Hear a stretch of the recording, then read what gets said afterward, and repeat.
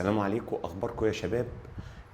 معاكم مستر حسام عياد، مدرس التاريخ للمرحله الثانويه، امبراطور التاريخ. طبعا وعد الحر دين عليا. انا اتفقت معاكم ان احنا باذن الله هنخلص الفصل الاول والثاني، ووعدتكم ان انا هعمل حصه للحل بمذكره هرفعها PDF لجميع الطلبه، لطلبه مش الاونلاين بس، على اليوتيوب، وهتبقى نازله تحت الحلقه المذكره دي. المذكره دي مش هنعبي الفصل الاول والثاني في شوال، ده احنا هنجيبه في مقطع باذن الله. خلاص، باذن الله هنحل مع بعض الفصل الاول والثاني. دول حوالي 140 اختيار و140 سؤال مقالي على فصلين. احنا يا شباب عايزين نتفق على اتفاق. احنا مش مشكله بعمليه ان احنا بنحل صح او غلط، هي الموضوع كله الفكره. انت بتجيب معايا كشكول كده وتخليه لحصص المراجعات اللي هنعملها، لان انا هعملها باذن الله اول وتاني، ثم ثالث ورابع، ثم اول ورابع، ثم خامس وسادس، ثم اول لسادس، ثم شوامل. يعني احنا نمشي مع بعض، فتخلي معاك الكشكول ده بتحل معايا. واهم نقطه، احنا بنختار ليه؟ على اي اساس اخترنا الاختيار ده؟ خلاص، هنبدا مع بعض دلوقتي، والمذكره تبقى تحت الحلقه PDF، وباذن الله الحصه تلاقي قبولكم ونفهم مع بعض الاول والثاني. طبعا انتوا عارفين الفصل الاولاني نتكلم عن الحمله الفرنسيه ونابليون، وجي بعد كده كليبر، وبعد كده مين، ورحلت الحمله وحصل صراع الحكم، وتولى محاميح الحكم، وخدنا محاميحه واسرته السعيده، المعلم ابراهيم وعباس وسعيد واسماعيل. واسماعيل ورطنا في الازمه الماليه، ولما ورطنا هيحصل التدخل الاجنبي اللي بدانا بيه الفصل الثالث. انا بس بقول لك كده، اذكرك الفصل الاول والثاني بيتكلموا عن ايه. احنا مش في سباق انت بتحل صح وغلط. يا عم حل غلط، احنا عايزينك تحل غلط واعرف الصح ايه، بس عشان تعرف الفكره.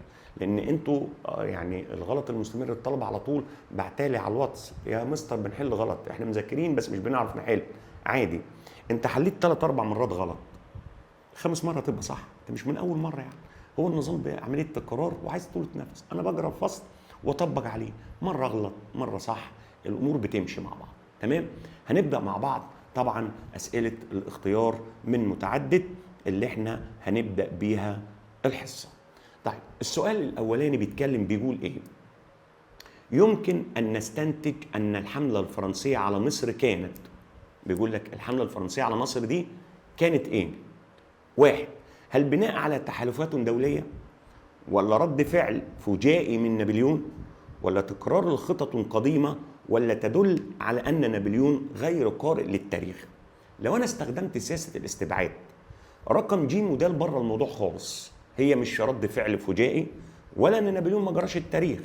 هي ما بين هل بناء على تحالفات دوليه، ولا تكرار الخطط القديمه. الحمله على مصر كانت اول اجابه لينا اهي، تكرار لخطط قديمه. ليه؟ انتوا فاكرين هي هل مجيء الحمله على مصر هي وليده نجاح الثوره؟ اما اللويزات، فاكرين مش قلنا احنا عندنا 3 محاولات للويس والاسره المالكه؟ ما هو 3 ملكيه محاولات وواحده جمهوريه. قلنا واحده هولنديه لويس ال14، والثانيه عثمانيه، والثالثه تجاريه، والرابعه حمله فرنسيه موقع مصر على طول مهلبيه.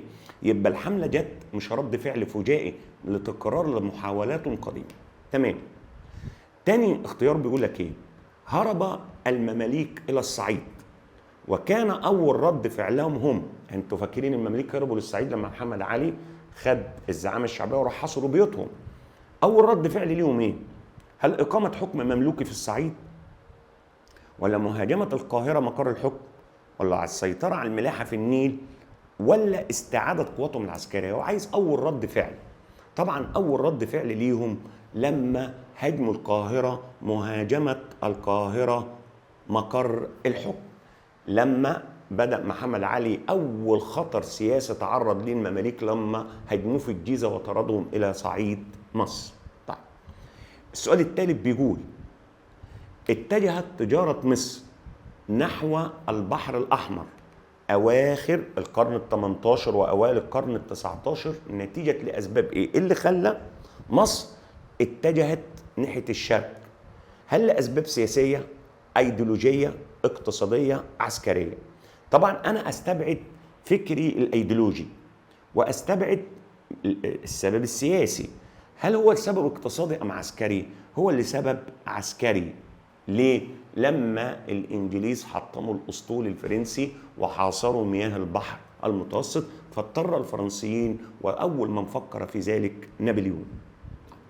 بيقول السؤال رقم 4: كان الهدف الأول لإنشاء الأسطول عند محمد علي. الهدف الأولاني لإنشاء الأسطول عند محمد علي، هل أنتوا عارفين محمد علي بقى شرع في بناء الأسطول قواته البحرية 1810؟ هل لسرعة تنفيذ رغبات السلطان، ولا تنشيط حركة التجارة، ولا حماية الشواطئ، ولا تنفيذ رغباته التوسعية؟ طبعا هنا احنا عارفين ان محمد علي شرع في بناء الاسطول ليه؟ عشان يروح يقضي على الحركه الوهابيه. طب مين اللي طلب منه كده؟ السلطان العثماني. فمحمد علي عايز يستخدم يروح شبه الجزيره، طب يعمل ايه؟ فاضطر محمد علي في الوقت ده عشان يروح شبه الجزيره العربيه، كان لازم محمد علي في الوقت ده يبني اسطول لمصر، ولذلك سرعه تنفيذ رغبات السلطان.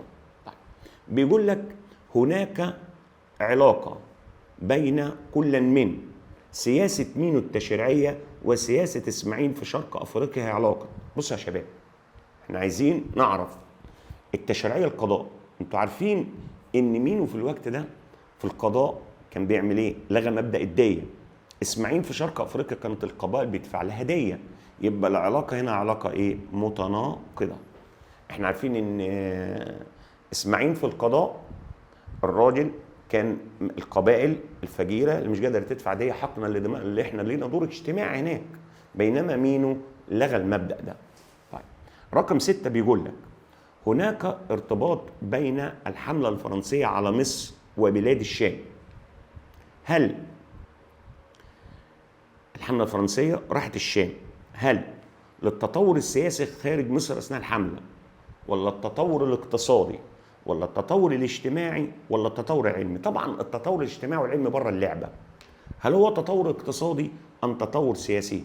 طبعا التطور السياسي خارج مصر. ايه متمثل التطور السياسي؟ فاكرين لما الدوله العثمانيه اول مره اتدخلت ضد نابليون عملت ايه؟ جابت انجلترا وتركيا، عدوان ثلاثي، انجلترا وتركيا وروسيا اتحالفوا الثلاثه عشان يطلع نابليون، فنابليون جه اتغدى بيهم قبل ما يتعشوا بيه. يبقى نابليون تغير فكره الاستراتيجي بسبب التحالف السياسي. تمام؟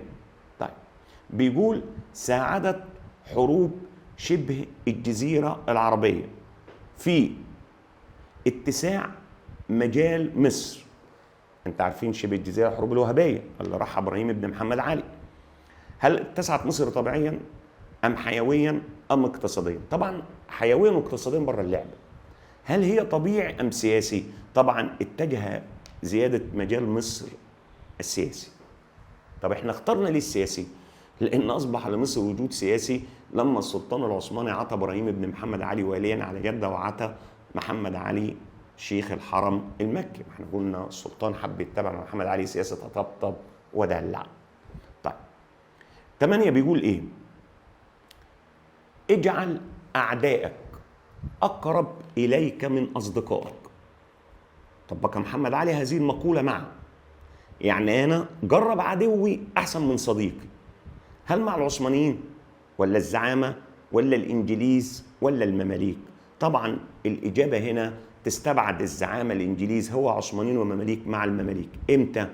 محمد علي كان خايف من المماليك لما راح يطلع الحركه الوهابيه، فهو محمد علي كان اساسا عايز يخلص من المماليك، فراح عمل ايه؟ شوف تفكيره، اغراهم ان يتركوا الصعيد ويقومون في القاهره عشان يبقوا تحت يعني يبقوا جربهم ليه اهو، وساعتها خاف منهم وعمل لهم مذبحه القلعه وطالع شبه الجزيره العربيه. طيب السؤال الجاي بيقول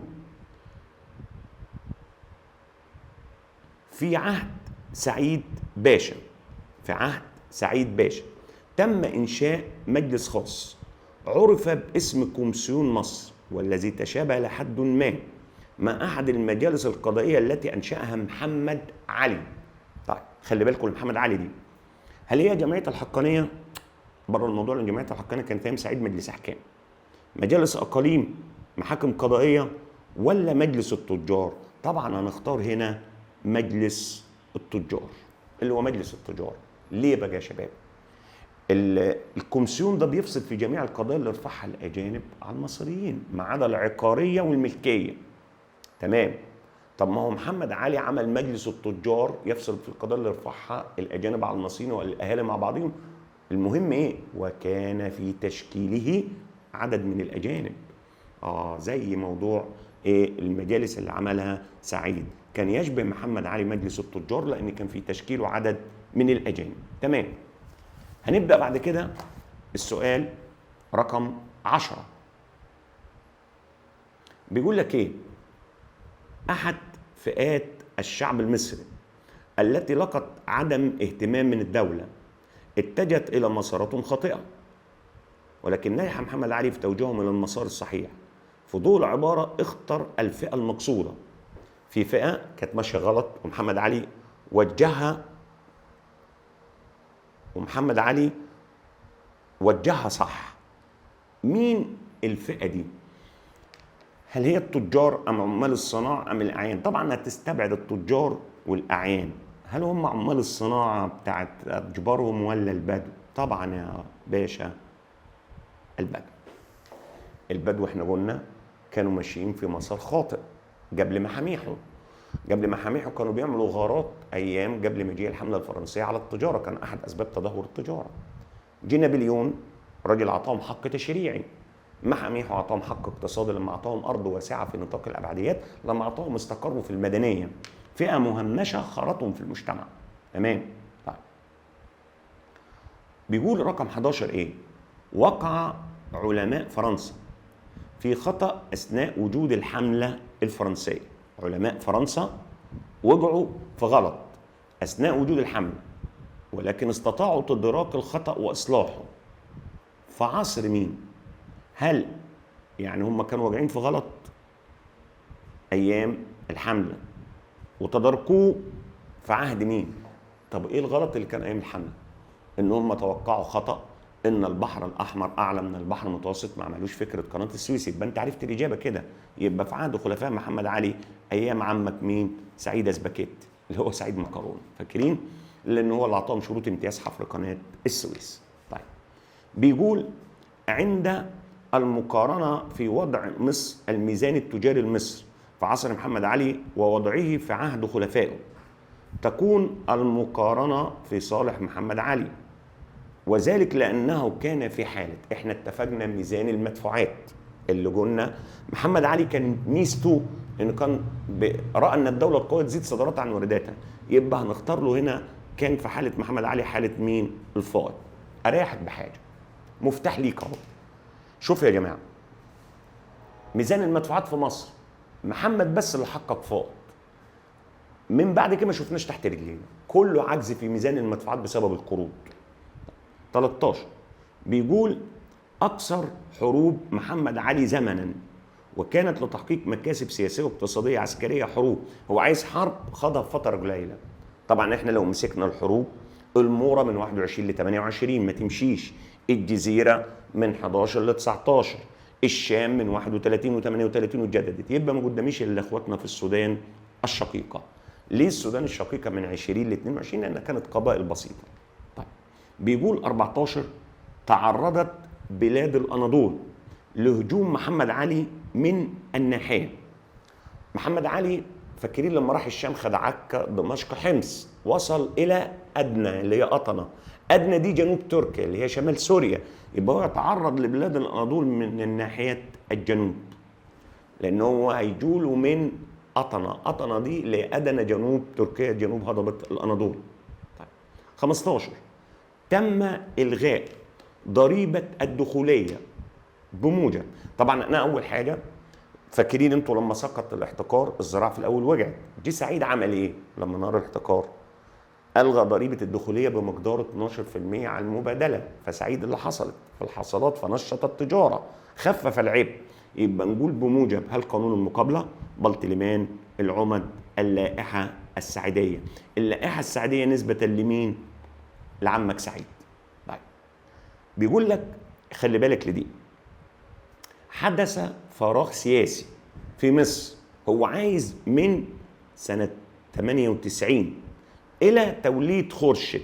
خورشيد مسك عام 4، يعني أنا عايز من 98 إلى 4. حصل فراغ سياسي، مفيش حاكم يسيطر. كم مرة؟ هل مرة، مرتين، 3، 4؟ هنختار طبعا 3 مرات. ليه؟ نعد مع بعض. أول مرة، ما هو من 98 يوليو، يبقى بعد إمبابة. أهو إمبابة. مين تاني؟ بعد هروب المماليك لما هاجمهم محمد علي، وكمان بعد خروج الحملة الفرنسية حصل فراغ سياسي. تمام؟ طيب، بيقول كسب محمد علي وادى المصريين في المرة الأولى بطريقة إيه؟ والمرة الثانية إيه؟ هل المرة الأولى عسكرية والثانية سياسية، ولا دينية سياسية، ولا سياسية عسكرية، ولا دينية عسكرية؟ طيب احنا هنستبعد اللي فيه الدين، اللي هي رقم ب ود. هي ما بين دول. محمد علي كسبنا في المرة الأولى إزاي؟ اللي هي ألف، عسكرية سياسية. ليه بقى؟ عسكرية لما انضم معانا هو قواته ساعة ثورة المماليك 1804، ده في المرة الأولى. وفي المرة الثانية بطريقة سياسية لما اقترح تعيين خسروا ومرضناش، فقال خدوا خورشيد. محمد علي تودد لينا أول مرة عسكري، تاني مرة سياسي. طلب نابليون وكليبر من مراد بك أن يحكم الصعيد. ده يتفق مع نظام حكم مين؟ مين كان سايب المماليك في دار؟ فاكرين السلطان العثماني؟ مش السلطان العثماني استحدث أدوات جديدة؟ طبعا. يبقى هذا يتفق مع الدولة العثمانية لما قسمت الحكم إلى الوالي والديوان والمماليك. سابوهم يحكموا الأقاليم. طيب، بيقول إيه؟ يقول إرنست هومنجاي أفضل وسيلة، أحد الفلاسفة يعني، أفضل وسيلة لمقاومة الأكاذيب هي الحقيقة. لا يوجد أي ذخيرة ضد القيل والقال، إنها مثل الضباب والريح تهب وتنزعها بعيدا ثم تحرقها الشمس. هذه مقولة تمثل إجراءات مين؟ يعني أحسن شيء إنك تواجه الناس بالحقائق. هنقول الكلام ده اتبعه نابليون في المنشور؟ لا. محمد علي ملوش علاقة، إسماعيل ملوش علاقة. هو مفيش إلا مينو بإصدار جريدة باللغة العربية اللي هي جريدة مين؟ التنبيه. قد أعذر من عشان ينبهنا على قرارات ويقول ما تسمعوش لحد إشاعات ضدنا. تمام؟ طيب، هنخش على السؤال رقم 20 اللي هو إذا حدث انخفاض المستوى نهر النيل مرة ثانية في منتصف حكم محمد علي، فإن معرفة انخفاض منسوب المياه ستعرفه من اهتمامات محمد علي بإيه؟ طبعا، هل محمد علي لو النيل، أنت فاكر النيل انخفض سنة 1808 لما تخلص من عمر مكة، هل بالمجال الاجتماعي؟ ملوش علاقة. تقسيم إداري ملوش علاقة. بعثته بره. إنشاءات وإصلاحات؟ طبعا الإنشاءات والإصلاحات. هنعرف من إنشاءات وإصلاحات إيه؟ زي الجناطر، منسوب المية. بيقول نتائج حروب اليونان مناقضة لإحدى الفرمانات في عهد إسماعيل. حلو السؤال. بص يا بابا، انتوا عارفين حرب اليونان حرب المورا. محمد علي اكتسب الجيش خبرات، اتفاوضوا معاه فزاد نموته كدولة مستقلة. تبقى كلمة التفاوض معاه سياسية. هذا الكلام مناقض لفرمان مين؟ هل 66؟ طب 66 ده انتوا فاكرين فرمانات اسماعيل؟ احنا اسماعيل قلنا خد كام فرمان؟ 4، واحنا مرتبينهم بطريقتنا. 66 وراثية، خديوية، عبيله واديله، اوعى اوعى. 66 وراثية، 67 خديوية، 72 عبيلي اديني استدين ما ترجعليش، 73 اوعى. قال له بص انت مستقل بس اوعى سياسي، اوعى دبلوماسي، اوعى مدرعات، اوعى الجزيه. اما انت سياسه اهو، يبقى ده مناقض لحروب المورا اللي هو فرمان 73 اسمه الشامل الجامع. طيب رقم 22، خدمت معاهده بلطيمان. احنا عارفين معاهده بلطيمان اللي عملها السلطان مع انجلترا، اللي جايت له محمد علي يلغي نظام الاحتكار التجاري. احدى الثورات هي الثوره مين؟ طبعا هل الفرنسيه؟ ملهاش علاقه، 52 ملهاش علاقه خالص، ثوره عربيه ولا الثوره الصناعيه؟ خدمت طبعا الثوره الصناعيه، عشان هم كانوا معارضين اساسا الاحتكار، عشان عايزين عن سوق لتصريف منتجاتهم. طيب تشابهت اجراءات مصر في القرن الافريقي مع مينو في مصر في ايه؟ مينو تشابهت اجراءاته في القرن الافريقي مع اسماعيل. هل الديه؟ ده علاقه عكسيه.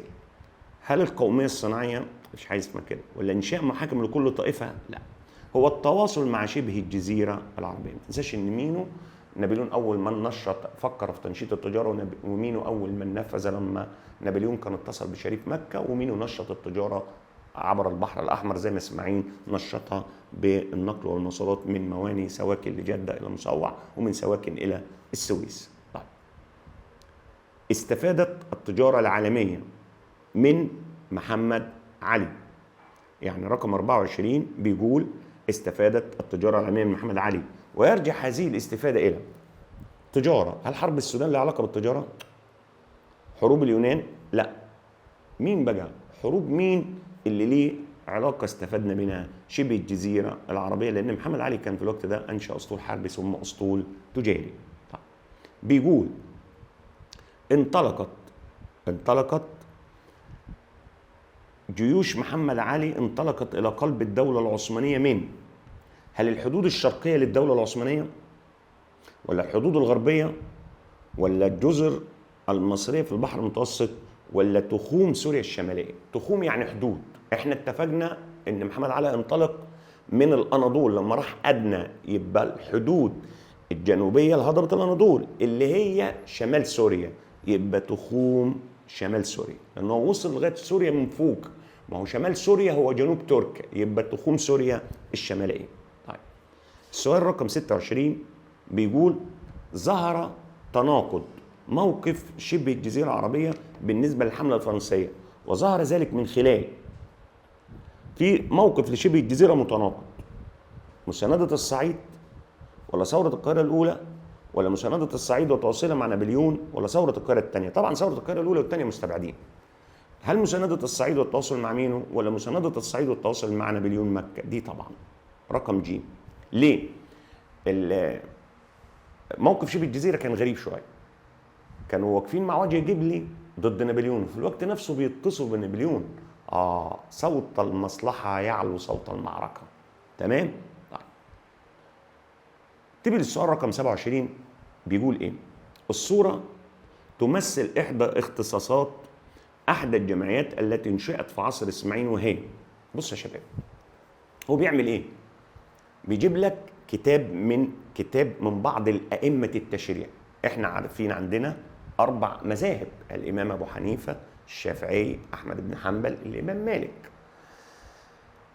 هو بيلعب على ايه؟ انه يجيب لي كتاب لاحد الكتب دي. يعني هو كاتب لي كتاب المبسط، ماشي، احد الائمه التشريع، مصور لك الكتاب، بيقول لك الكتاب ده ترجع اختصاصات. هل جمعيه خيريه؟ الجمعيه الخيريه بتواجه طغيان المدارس. الجغرافيا بتاع جغرافيا. دار الكتب بتاع كتب.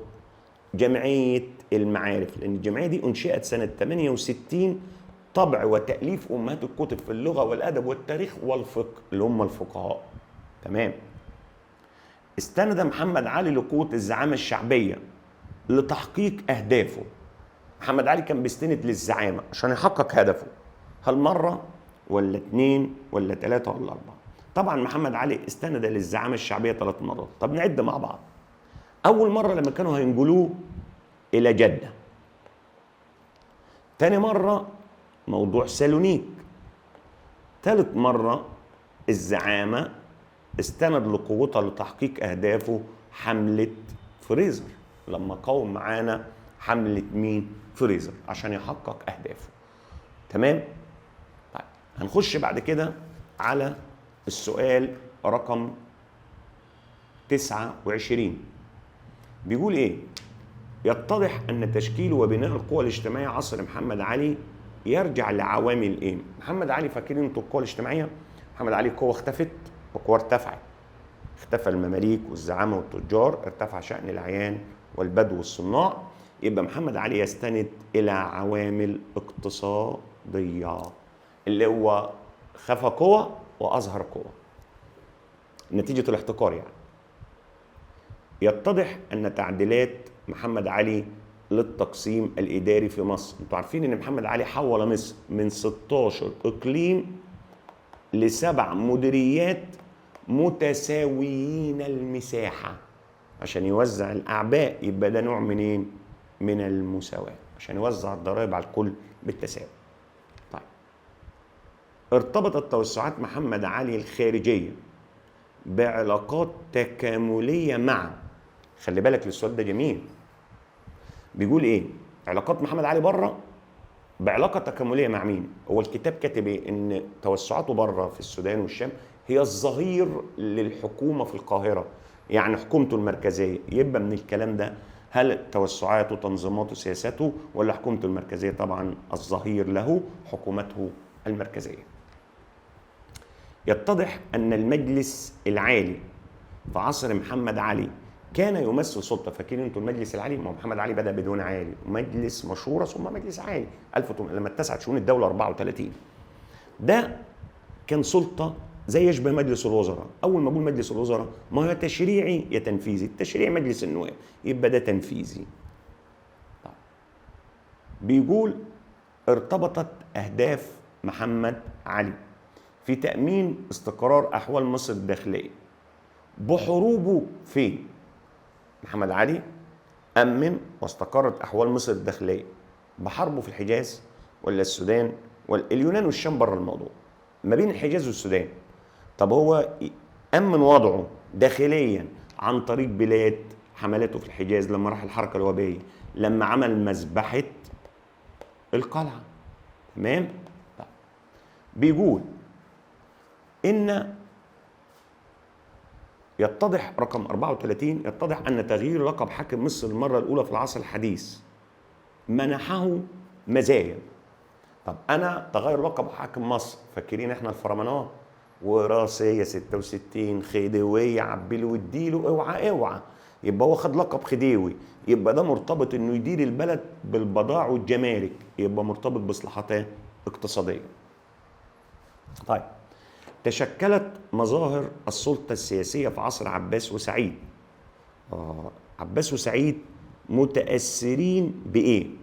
الدواوين انخفضت من 7 ل 4 بسبب الانكماش السياسي الذي مر على مصر بعد تسوية لندن. يبقى الإجابة هنا متأثرين من 7 ل 4 على طول بتوقيع الدول معاهدة لندن 40 أدت للانكماش السياسي. هنكمل دلوقتي مع بعض السؤال رقم 36 اللي بيقول اختلف الخديوي اسماعيل في بناء قواته العسكرية عن محمد علي. يعني اسماعيل اختلف عن محمد علي في ايه؟ ارسال بعثات عسكرية لفرنسا، الاهتمام بالتعليم، استعانة بالاجانب، رفع الوعي الثقافي. طبعا احنا قلنا ان اسماعيل ثقف العسكريين عن محمد علي، عمل جورنالين، يبقى رفع الوعي الثقافي، زيادة المعلومات اللي هي الصحف العسكرية. تمام. 37 يظهر وجه التناقض بين سياسة قادة الحملة في مصر وسياسة اسماعيل في القرن الأفريقي. في ايه؟ احنا عارفين ان اسماعيل اختلف عن مينو. مينو ما كانش بيشرق المصريين، طلع ولد عنصري التفكير. اسماعيل اشرق الافارقه، يبقى هنختار سياسه العمل في المؤسسات الانتاجيه لما اشرق الافارقه فين؟ في الصناعه، الحداده والبراد. طب 38 بيقول تعددت محاولات انجلترا لتحريض السلطان ضد محمد علي، حيث نجحت اخر محاولاتها في، خلي بالك للكلام، بيقول ان انجلترا تعددت محاولاتها لتحريض السلطان، اخر محاولاتها في سلب محمد علي المكاسب التي اقرها، استصدار فرمان بعزل محمد، دي بره الموضوع، دعم السلطان عسكريا في نصيبين بره اللعبه، توقيع معاهده بلطلمان دي جاب ليها. يبقى تعددت لتحريض السلطان سلب محمد علي المكاسب التي حصل عليها بعد صلح كوتاهيه. محمد علي اللي عطوه اللي في كوتاهيه باليمين سحبوه في لندن بالشمال. تمام؟ طيب هنخش بعد كده على الصفحه اللي بعد كده اللي هو السؤال رقم 39. بص يا شباب بيقول ايه؟ يعد القاسم المشترك بين الولاة العثمانيين في مصر قبل الحملة وبعد لندن في ايه؟ يعد القاسم المشترك، هو عايز هنا الولاة العثمانيين قبل الحملة وبعد لندن في ايه؟ طبعا في تقديم الالتزامات المادية للسلطان العثماني.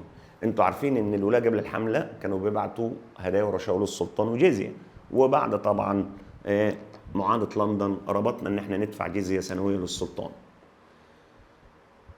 يتضح حرص اسماعيل السؤال رقم 40 في عدم الاصطدام بالدول الأوروبية بشكل مباشر من خلالهم. اسماعيل عايز يوقف ضد اوروبا بطريقه اندايركت، يعني طريقه غير مباشره. عمل ايه؟ اطلاق حريه الكتابه ولا ايقاف العمل بالامتيازات ولا انشاء الجمعيه دي به وده بره الموضوع.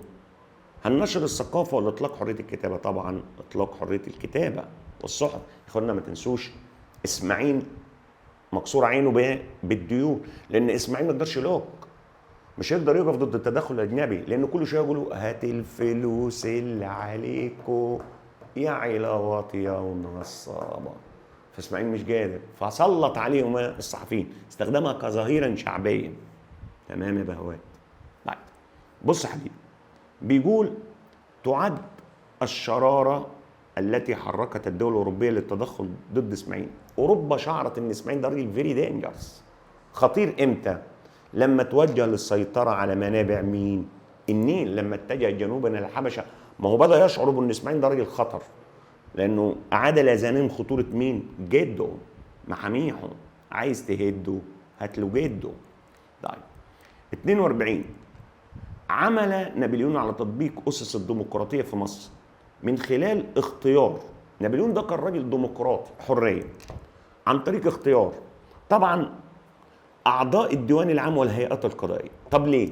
الديوان العام عن طريق الانتخاب السري، والقضاء قال لهم بعد عودته من عكا من الشام لما القاضي ما رضاش يصطحبه قال لهم انتوا انتخبوا قاضي فيما بينكم. دي ديمقراطيه. طيب السؤال اللي جاي جميل، بيقول ارتبطت الاصلاحات الجذريه النابليون في مجال القضاء المصري. نابليون ارتبطت اصلاحاته الجذريه في مجال القضاء بهل تدريب المصريين على مبدأ الشورى ولا نشر العدل والأمان ولا التحالف العثماني؟ طبعا نابليون ارتبطت اصلاحاته لما رجع من عكا. طب هو راح عكا يحارب مين؟ تركيا وانجلترا، اتغدى بيهم. يبقى التحالف العثماني الانجليزي لما خرج بحملته الى الشام. تمام. طيب بيقول كان عهد اسماعيل نهايه لفتره انتقاليه منذ تسويه لندن وفرمان، لانه اسماعيل خلاص احنا عصر نهايه انتقال، بدأ من عباس وسعيد، انتهى باسماعيل اللي بقى لما أعاد مصر على الساحة الدولية، لما بدأ بالتوسعات لما راح الحبشة في أفريقيا. تمام؟ طيب أعطيت لك صورة، ماشي؟ الصورة دي أساسا بيقول لك إحدى الصور جمعت في أهميتها، اللي هو قصده على سد أسوان، الطاقة والبنية التحتية والزراعة، ودي اللي كانوا عملوه الانجليز، والكلام ده هناخده باذن الله في الفصل الثالث. هي رقم به الاجابه الطاقه والبنيه التحتيه والزراعه، اللي هو الطاقه اللي هو توليد الكهرباء. خلاص؟ طيب الصوره التي امامك تتشابه وتتناقض. اصدار الفلوس ايام اسماعيل هي متناقضه ومتشابهه مع مين بقى؟ خلي بالكم يا شباب، هل الصوره دي فرمان 41 و1768 و66 ولا 66 40 ولا لندن؟ احنا هنستبعد اللي فيه لندن، وفرمان 73 ملوش دعوه بالنقود، يبقى نختار بالاستبعاد رقم 1. ليه؟ اولا فرمان 41 السلطان العثماني قال لمحمد علي هتضرب النقود وتثقب اسمي.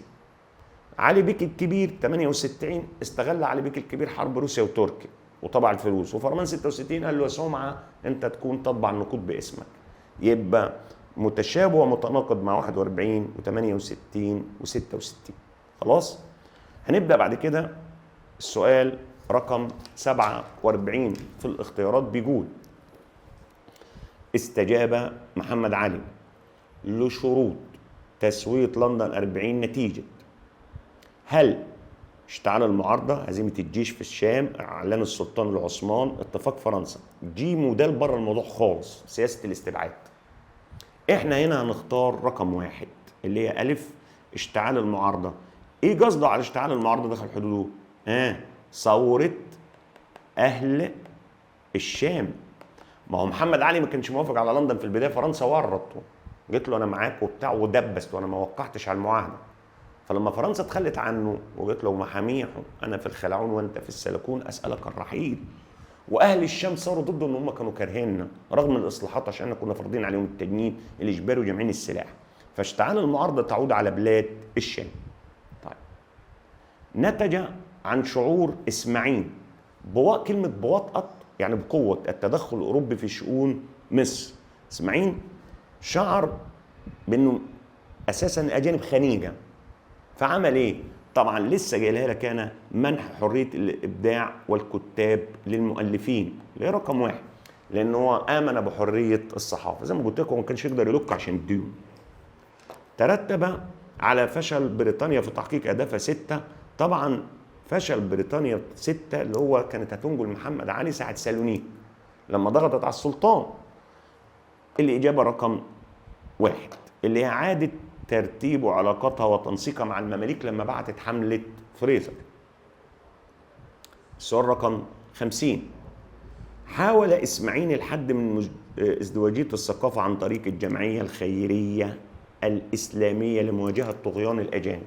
يا جماعة انتوا فاكرين معايا في الحصة قلنا الازدواجية دي شجرة اهي، برسم لكم شجرة جذورها. الشجرة دي الازدواجية ايام الحمل لما نابليون جاب مجمع كنا بندرس في ازهر، ظهرت في محمد علي الجبة والقفطان ما تدرسش زي القميص والبنطلون لما الراجل جاب لي معاه يودي المدارس العليا ابناء الازهر. تعمقت الازدواجية ايام عباس ومين وسعيد، لان العيال دول الاجانب زادوا في عهدهم فبداوا يعملوا مدارس اجنبيه تبشيريه، فعمقت الازدواجيه. اللي واجه دول اسماعيل بالخيريه. طيب، السؤال رقم 51: استخدم محمد علي بعد توليته حكم مصر استراتيجيه جديده، طبعا اللي هو حول مصر من 16 اقليم الى 7 مديريات، يبقى تحقيق اصلاحاته الماليه والتنظيميه. 52: أتاحت الحملة الفرنسية للمصريين ممارسة الديمقراطية في مجال الديمقراطية تمت في مجال إيه؟ طبعا القضاء والإدارة. القضاء لما نابليون قال لنا انتخبوا قاضي فيما بينكم بعد ما عودته من عكا، والإدارة الديوان العام عن طريق الاقتراع السري اخترنا عبد الله الشرقاوي. 53 اكتب لي السؤال ده، بيقول اختر البديل غير المتوافق. أنا عايزك تركز لي على كلمة البديل دي، يعني شيء مش متشابه، الشيء اللي مش زيهم، الشاذ منهم. يعني ايه البديل غير متوافق؟ فئات شكلت موقفا ثابتا من الوجود الفرنسي ما عدا المصريين العثمانيين، طبعا بدون كلام المماليك. ليه؟ المماليك مراد كان قال لنابليون على حكم الصعيد لا، قال لكليبر حاضر، يبقى الباقي كله ليه موقف ثابت ما عدا المماليك. بيقول السؤال رقم 54: ظهر الفراغ السياسي في السلطة واضحا بعد الفراغ السياسي بدأ يبقى واضح في السلطة بعد ايه؟ طبعا سيطرة المماليك على الصعيد لما فروا من محمد علي هاجمهم هو والزعامة وجروا للصعيد. كانت أفكار محمد علي في البناء والإصلاح مع الفكر السياسي. أول ما يقول الفكر السياسي على طول الفكر الفرنسي. ليه بقى الفكر الفرنسي؟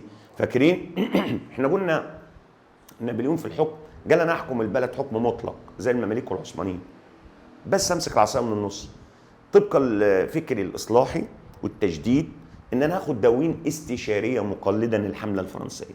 فمحمد علي خد من ده على ده مزيج من المجالس التي كان يستعين بها محمد علي لمواجهه نقص النيل. هل مخصوص عمومي بره الموضوع، مجلس عالي ولا مشوره؟ المشوره، لانه الاشغال يستشير في الاداره والاشغال والتعليم مره واحده في السنه. كانت العلاقه بين محمد علي والفرق العسكريه بعد العوده من الحجاز قائمه على التمرد. هو استعان بجماعه الالبانيين، قال الاقربون اولى بالمعروف، بس للاسف هم طلعوا فئه متمرده على محمد علي. خش على السؤال رقم 58. رفع قيمة العملة المصرية وحكم مصر في أسواق المال العالمية يرجع فضله لحروب محمد علي فين؟ طبعا حروب محمد علي في السودان، لأنه راح السودان عشان ياخد الذهب والماس، الموارد الطبيعية، عشان يرفع قيمة العملة. 59. الضرائب التي كانت متروكة للأهواء. الأهواء يعني المزاج. زمن العثمانيين طبعا دي ضريبة التقاضي، لأن نابليون جه حدد رسوم القضية 2% بعد أن كانت متروكة للأهواء لمزاج القاضي من الدولة العثمانية. في 60. في فترة الفراغ السياسي دارت اختيارات محمد علي لما اختار خسرو خورشيد على اساسه، ولما قال لهم خدوا خورشيد، خدوا خسرو في الاول، قالوا له اقتلوا الارناؤوط، قال لهم خدوا خورشيد على اساس عرقي لانه تركي الاصل، محافظ اسكندريه. كان المتحدث الرسمي باسم الحكومه الفرنسيه، المهم بيقول في عهد مينو، اول ما يقول مينو على طول الصحف، جورنال التنبيه. طيب بيقول رغم قوة الزعامة الشعبية ونجاحها في طرد الحملة، لم تطرح تصور مشاركة المصريين في الصراع. من وجهة نظرك ده يرجع لإيه؟ بسبب أن الحاكم دائما لازم يكون تركي الأصل، لازم الحاكم يكون عثماني. قامت الحكومة المصرية في نظام الاحتكار بشراء منتجات الصناع بالسعر تقدره مقابل امدادهم بلوازم الانتاج، المواد الخام. كانت بتبيع المواد الخام غاليه تاخدها منهم مرخص. طيب 64. تشابهت رغبه محمد علي 1810 في ضم الشام مع رغبه فرنسا في مصر في المحاوله الكام الثانيه. ليه؟ محمد علي فرنسا كانت هتضم مصر ايام لويس ال15 لما طلبها من السلطان مقابل مبلغ من المال كله بالحنيه، اللي هو لويس مين؟ ال15، صح؟ فلويس ال15 لما طلب مصر كله بالحنيه، فمحمد علي في المره الثانيه قال للسلطان بحالي بمبلغ من المال. طيب اي المحاولات الاتيه حاولت فرنسا احتلال مصر بالشرعيه، لسه جايلين المحاوله الثانيه بالشرعيه لما طلبتها من السلطان العثماني اللي هو لويس ال15. طيب تقاربت أهداف محاولات فرنسا. محاولات فرنسا تقاربت في طبعا في المرة الأولى والثالثة. الأولى عشان يضرب التجارة، والثالثة بتاع لويس ال14، والثالثة ال16 عشان يقدر يسهل التجارة الفرنسية التي تأتي من أوروبا. لم ينجو منها الوطن العربي أن الموجة الغربية عقب الثورة الفرنسية بحثا عن المشكلة الوطن العربي اتعرض للأسف للتدخل الأجنبي من إيه؟ بسبب هم عايزين إيه؟ أماكن جديدة لتصريف المنتجات. إن هم بيبحثوا عن أسواق لبيع ودي اللي دخلنا في الصراع الاستعماري. طيب الاختيار رقم 68. بص يا بابا، الهدف المباشر من وراء إرسال فرنسا حملة نابليون على مصر، هدفها المباشر طبعا ضرب انجلترا ومستعمراتها في الهند. اعتمدت الملكية الزراعية في العهد العثماني على نوعان من الملكية، اللي هي الانتفاع والوصية، قطعة الأرض اللي أعطاها للملتزم. 70. استنتج الآتي: كان الدافع وراء هجمات البدو والأعراب على طرق التجارة. انتوا عارفين ان البدو كان لهم دور سلبي في التجاره، قبل الحملة بسبب طبيعة حياتهم في التنقل والترحال، ونابليون أعطاهم ديوان حق تشريع ومحمد علي أعطاهم اقتصادي.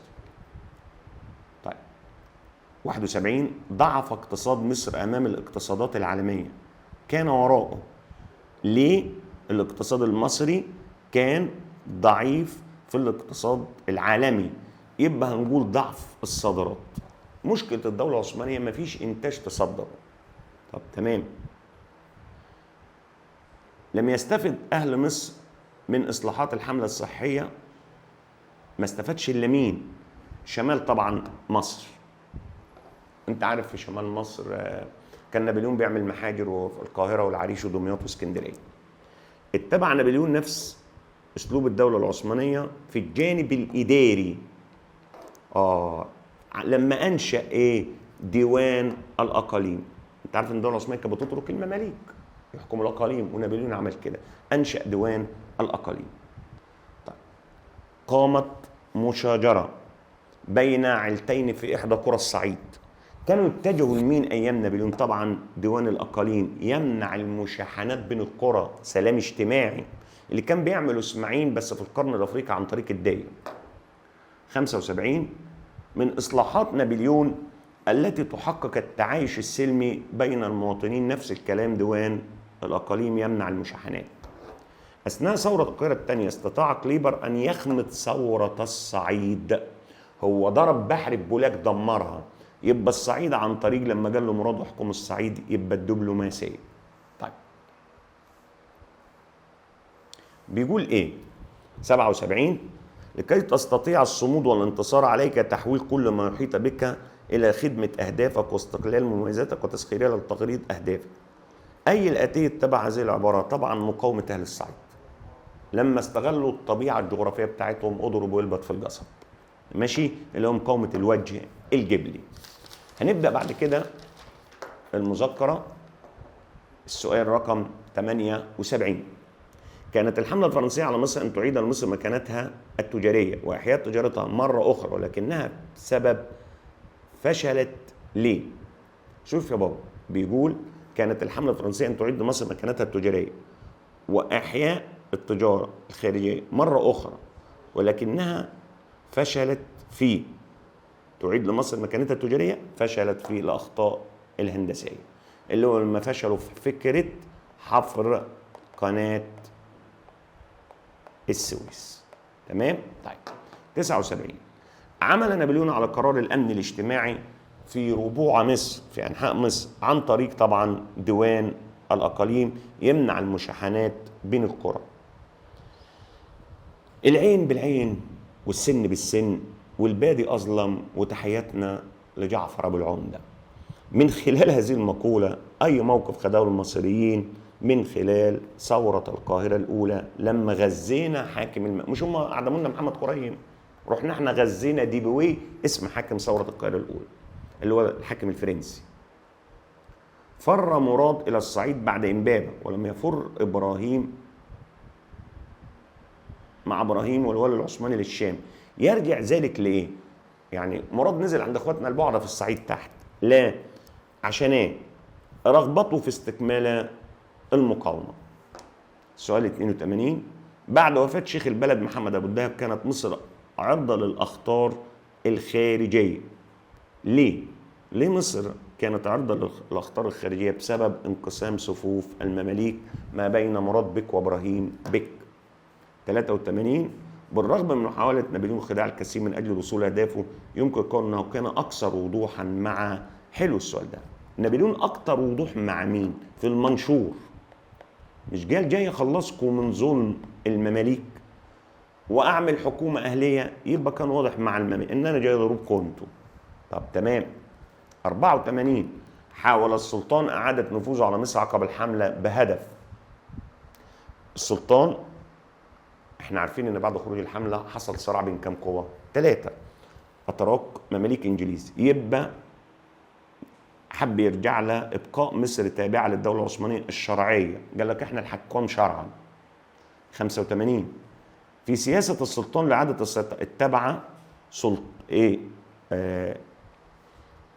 هو السلطان العثماني عشان يعيد السيطره على مصر تحالفات سلطه شرعيه، لا هو سياسه فرج تسد مع المماليك.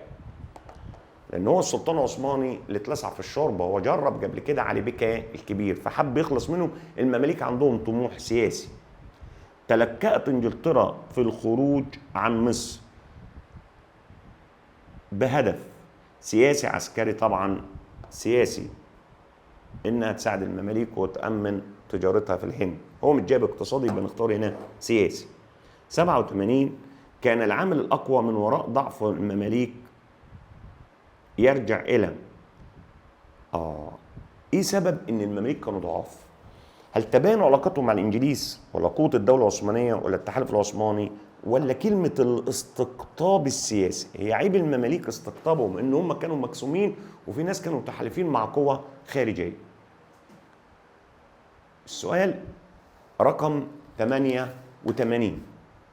كان الاستمرار الانجليزي ليه الاستمرار الانجليزي في مصر وراءه دوافع برضو اقتصادية هنا طبعا. ليه؟ لأن عشان يأمنوا طرق مستعمرتهم للهند. 89 اعتقد المماليك أنهم يستغلون الإنجليز، ولكن العكس. نفهم من هذه العلاقة، طبعا العلاقة أنت بتعتمد عليها وأنا بعتمد عليك، دي مناورات سياسية بين الطرفين. 90 عمل العثمانيين على القضاء على المماليك تدريجيا. العثمانيين عملوا القضاء على المماليك تدريجيا عن طريق هل تعيين أصوب التدريج خسروا ولا عادتهم؟ طبعا الفرقة والانقسام. لما حبوا يفرق تسد. ظهر الفراغ السياسي في مصر بعد سيطرة المماليك على الصعيد، لما محمد علي هاجم المماليك وجروا إلى صعيد مصر. 92 السياسة لا تعرف الصداقة الدائمة. تنطبق هذه المقولة على محمد علي والزعامة الشعبية. محمد علي استغل الزعامة كبرى وصلوا الحكم وتخلص منه. قصد محمد علي بأن تشرف الحكومة ممثلة في شخصية على الإنتاج على فئات، وتفضيلا لتحقيق محمد علي أساسا حب يعمل ايه؟ يجعل مصر دولة قادرة على المنافسة. يبقى حتة التنافس اللي هو تطبيق سياسة الاحتكار.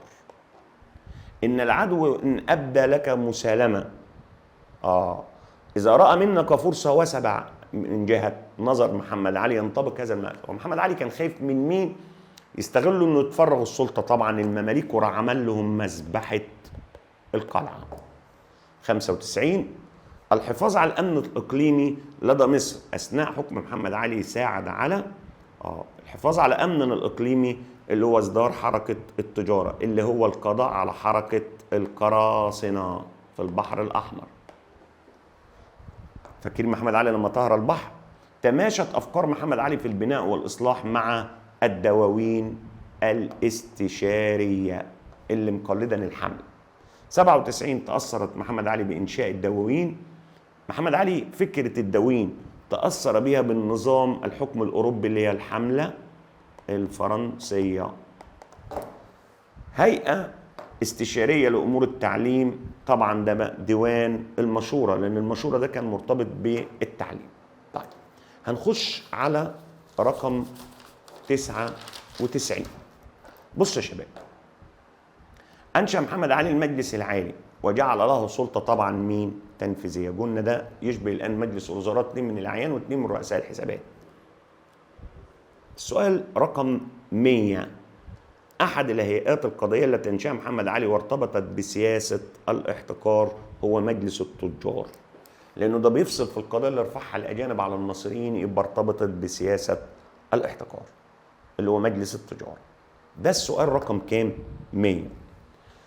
بص بقى يا شباب، أنا حليت معاك 100 اختيار حاليا، تمام؟ أنت بتحل معايا وبتراجع وتشوف الأفكار. أنا ال 39 الباقيين هم دول 139 اختيار. هسيب لك 39 لمدة لما انزل الفيديو دوت بالحل لمدة يوم، تختبر نفسك في البيت وتحل الباقي، وهتلاقي تحتيه في ريكورد كده انا مجاوب لك الباقيين وتصححهم انت مع نفسك. خلاص انا كده خلصت 100 اختيار على الفصل الاول والثاني، هتختبر نفسك على 39 اختيار في المذكره الباقيين، وانا ابعت لك اجاباتهم في ريكورد وتراجع معايا بالصوت. خلاص، عشان نقدر بس ننجز ونحل بعض الاسئله المقاليه الكتير دلوقتي. تمام؟ خلصنا 100 اختيار، هنبدا مع بعض نحل بعض الاسئله المقاليه. طبعا احنا حلينا اللي هو 100 اختيار وعرفنا بنختار ليه. باقي 39 انا اعملهم لك، انا ما رضيتش احل الباقيين عشان اديك فرصه انك تحلهم، ويبقى في تحت الشاشه هيبقى في ريكورد بالصوت باجاباتي، انت هتراجع معايا ال 39 كانه امتحان ليك في البيت. خلاص، عشان ما احلكش انا كل المذكره وانت بتسمع بس. انت جرب بقى ال 39 هتختار ازاي كاختبار ليك. نفس الكلام هنعمل في المقال ده اكتر من حوالي 140 سؤال على فصلين، هنحل كل شويه اجزاء منهم واسيب لك الباقي واجاوبهم لك وانت تراجع معايا. طيب بص يا شباب، السؤال المقالي الاول بيقول لك ايه؟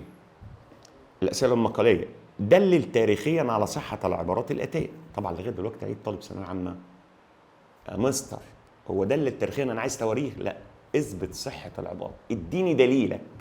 فاهمني؟ يعني بدي اجي اقول لك ايه؟ حقق الجيش المصري انتصاره في 73. ايه دليلك؟ انتصر على العدو الاسرائيلي ورجعنا سينا. بتديني دليل، مش تيجي تقول ان الجيش انتصر في طب انا خدت منك ايه؟ انا مش عايز دليل تاريخي، مش بالتواريخ انك تكتب لي تاريخ، انا عايز تثبت لي صحه الكلام ده. طب بيقول ايه؟ ارتبطت محاوله لويس ال16 في مصر بالكشوف الجغرافيه. طبعا لان لويس ال16 كان جاي مصر ليه؟ عشان يسهل التجاره الفرنسيه، بدل من خطر ايه؟ المماليك اللي بيفرضوا علينا ضرائب، والانجليز اللي مسيطرين على طريق راس الرجاء الصالح.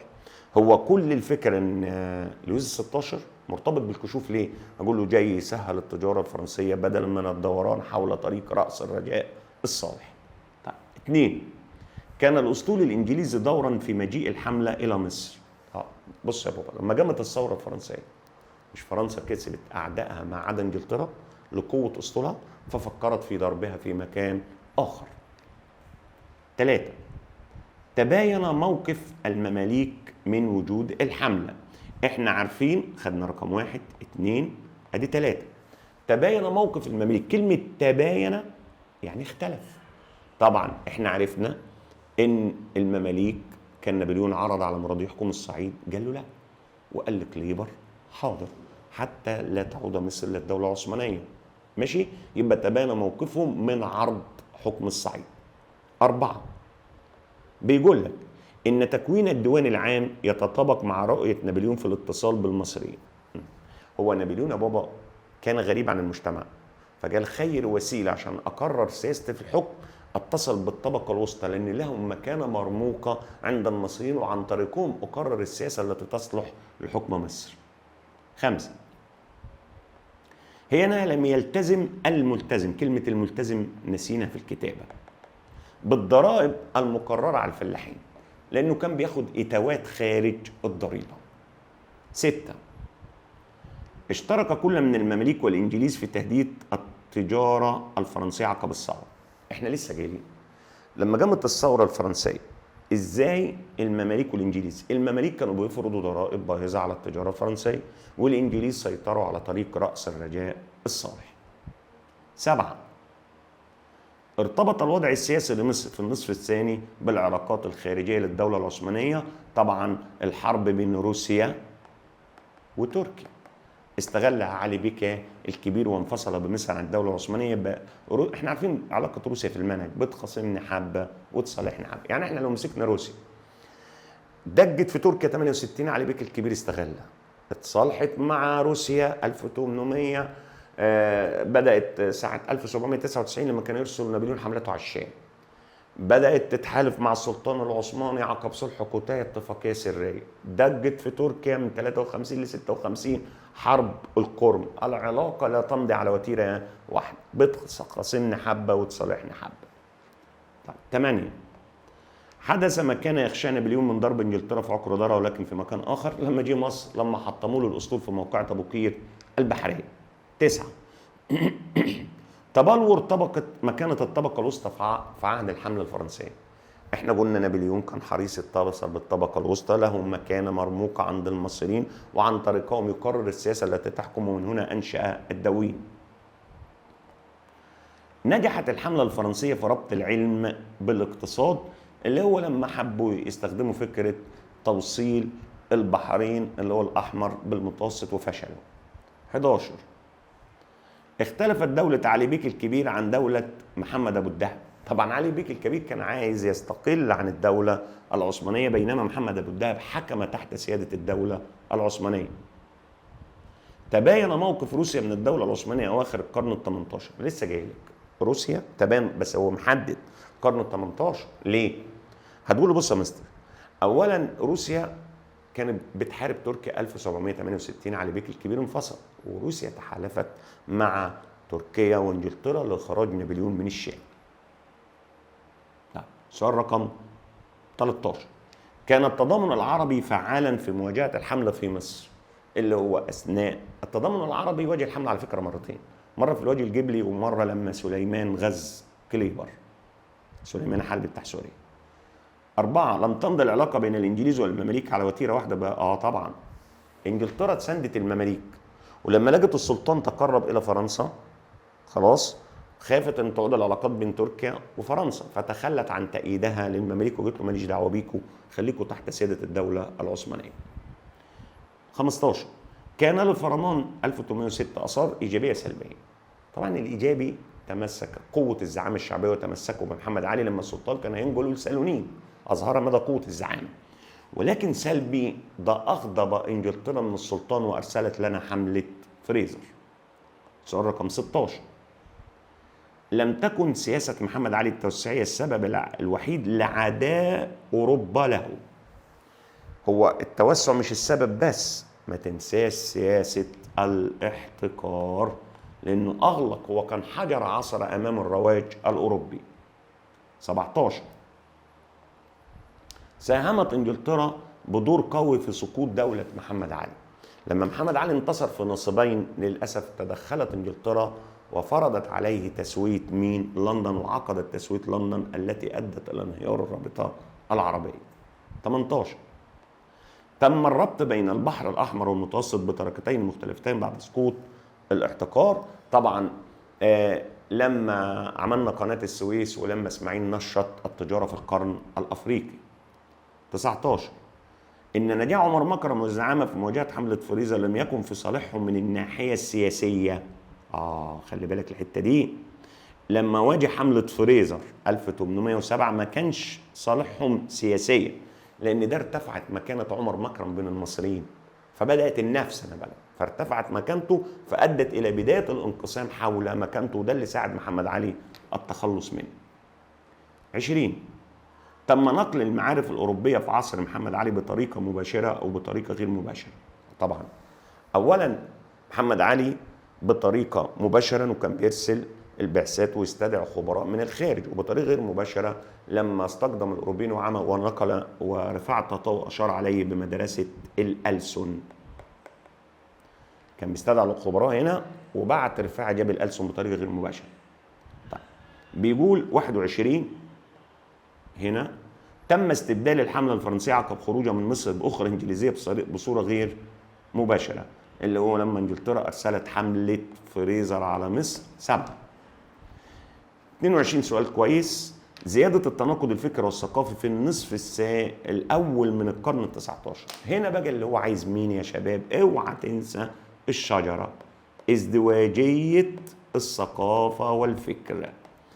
هو عايز النصف الاول، يبقى لما محمد علي عمل المدارس مدنيه الطابع دخل بها ابن الازهر، فادى الى ظهور الازدواجيه في عصر محمد علي. 23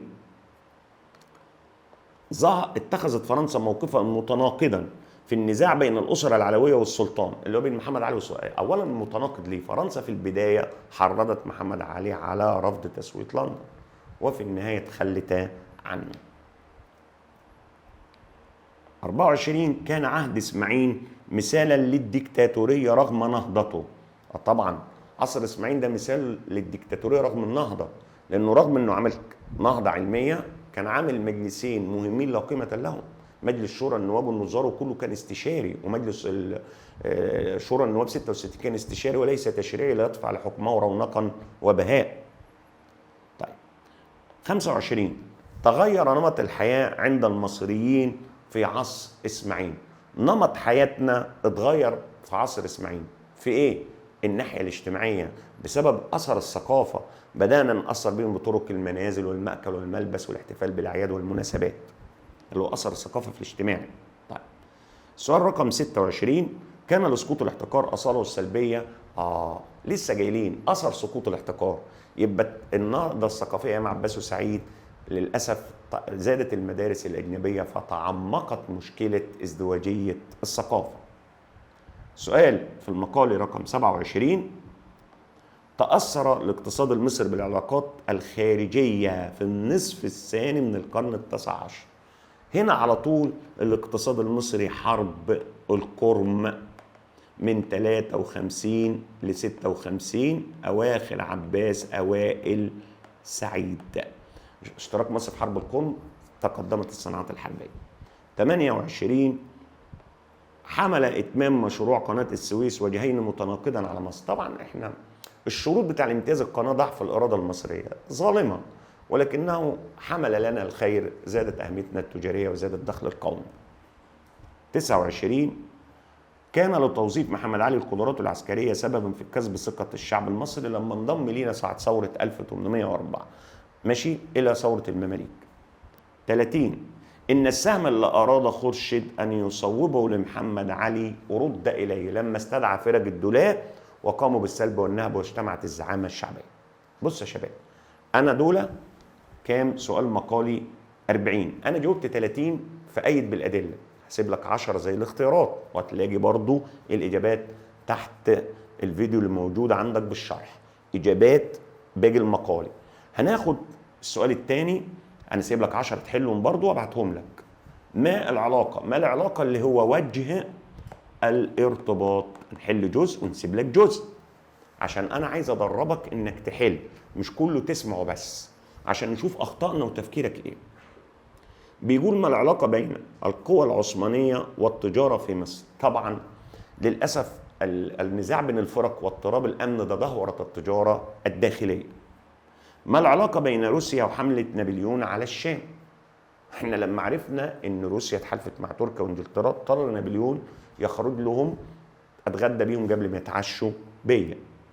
3 موقعة أبو قير البحرية وتجارة مصر مع أفريقيا في عصر مين؟ لما الإنجليز حصرونا شمالا والعثمانيين في الشام اضطر مين إنه يتجه ناحية البحر الأحمر، وأول من فكر في ذلك عمك بلبل نابليون.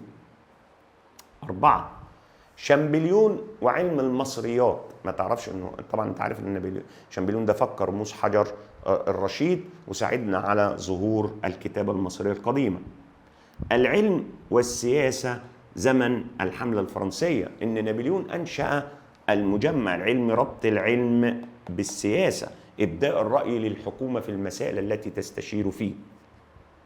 موقعة أبو قير البحرية ورغبة نابليون في السيطرة على جنوب مصر. بص يا بابا، نابليون مشكلته انه كان خايف من المماليك لما سيطر على الملاحه، لان الانجليز محاصرينه شمالا والمماليك مسيطرين على الملاحه لما هربوا للصعيد، فكان لازم يقضي على ثوره المماليك. الوجود الفرنسي في الشام والانجليز. السؤال رقم 7 تعرف الدوله الفرنسا راحت ليه؟ نابليون طلع بحمله على الشام عشان تركيا تتحالف مع انجلترا ومين وروسيا ويبعتوا له حمله بريه وبحريه، فطلع نابليون على بلاد الشام. طبعا فشل لان في عكا الانجليز امدوا عليه عكا. رغبه الوالي ارضاء السلطان والاقتصاد المصري، طبعا ده ادى لتدهور التجاره الخارجيه، الهدايا والرشاوي. طريق رأس الرجاء الصالح والحملة الفرنسية على مصر. انتوا عارفين ان ده احد اسباب مجيء الحملة الفرنسية. نابليون ليه؟ عشان يأمن تجارتهم من خطر الانجليز اللي مسيطرين على طريق رأس الرجاء الصالح. 10 بعد مصر عن الاستانة والنظام السياسي العثماني، والسلطان العثماني استحدث ادوات جديدة، الوالي والديوان والمماليك. الحملة الفرنسية على الشام والعدالة المصرية لما نابليون أسند القضاء إلى المصريين بعد عودته من عكا.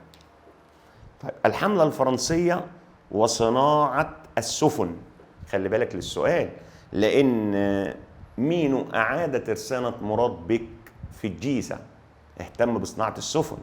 الحملة والحضارة الفرعونية فك رموز حجر الرشيد.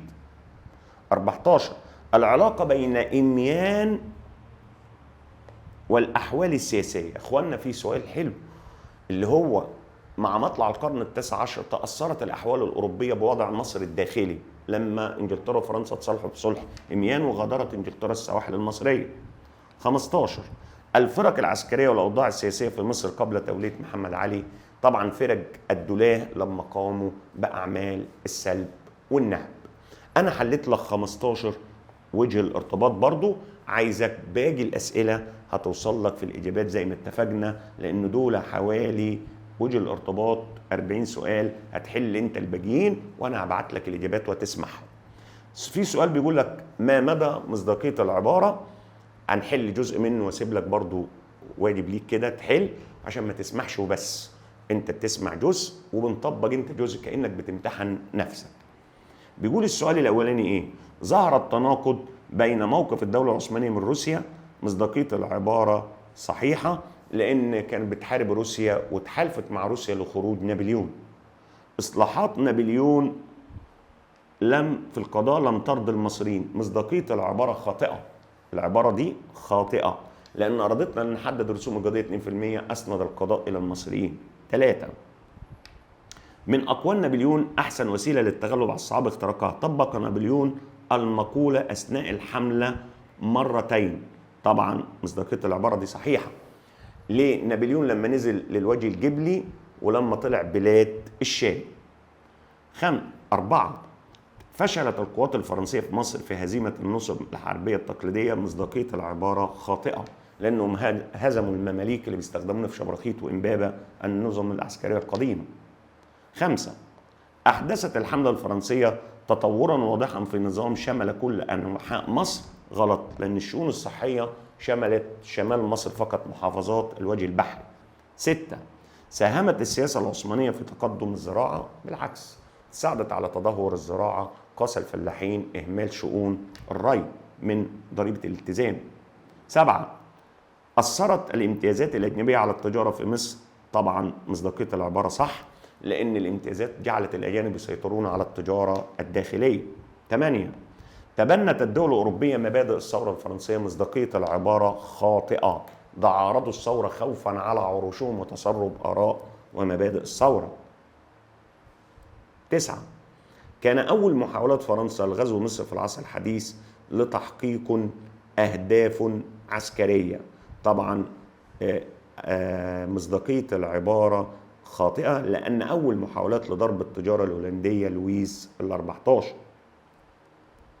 10 ظهر التقارب في محاولات فرنسا لضرب مصر في المحاولة الأولى والثانية. مصداقية العبارة خاطئة في المحاولة الأولى والثالثة لأن الثانية دي بطريقة دبلوماسية، الأولى والثالثة تجارية. كفاية علينا رقم 10 في مصداقية العبارة. هتحل الباقيين وهبعت لك الإجابات خلاص، وباقي الإجابات الأسئلة العامة برضو هتحلها. باقي كل الإجابات دي بإذن الله هتوصلك على الجروب وعلى الفيديو، واحنا بقدر الامكان حاولنا يا شباب دلوقتي نمسك الفصل الاول والثاني، حلينا 100 اختيار مع بعض الاسئله المقاليه. هنبدا بقى باذن الله بعد ما نخلص الفصل الرابع هنعمل حصه المنتظره التشابهات والعلاقات، هنعمل حصه ربط وعلاقات ونواتج بين الاربع فصول، وحصه باذن الله حل. ما تقلقش، انت بتحل وبتجرى وبتطبق، ومره اغلط ومره صح ومره نغلط ومره صح.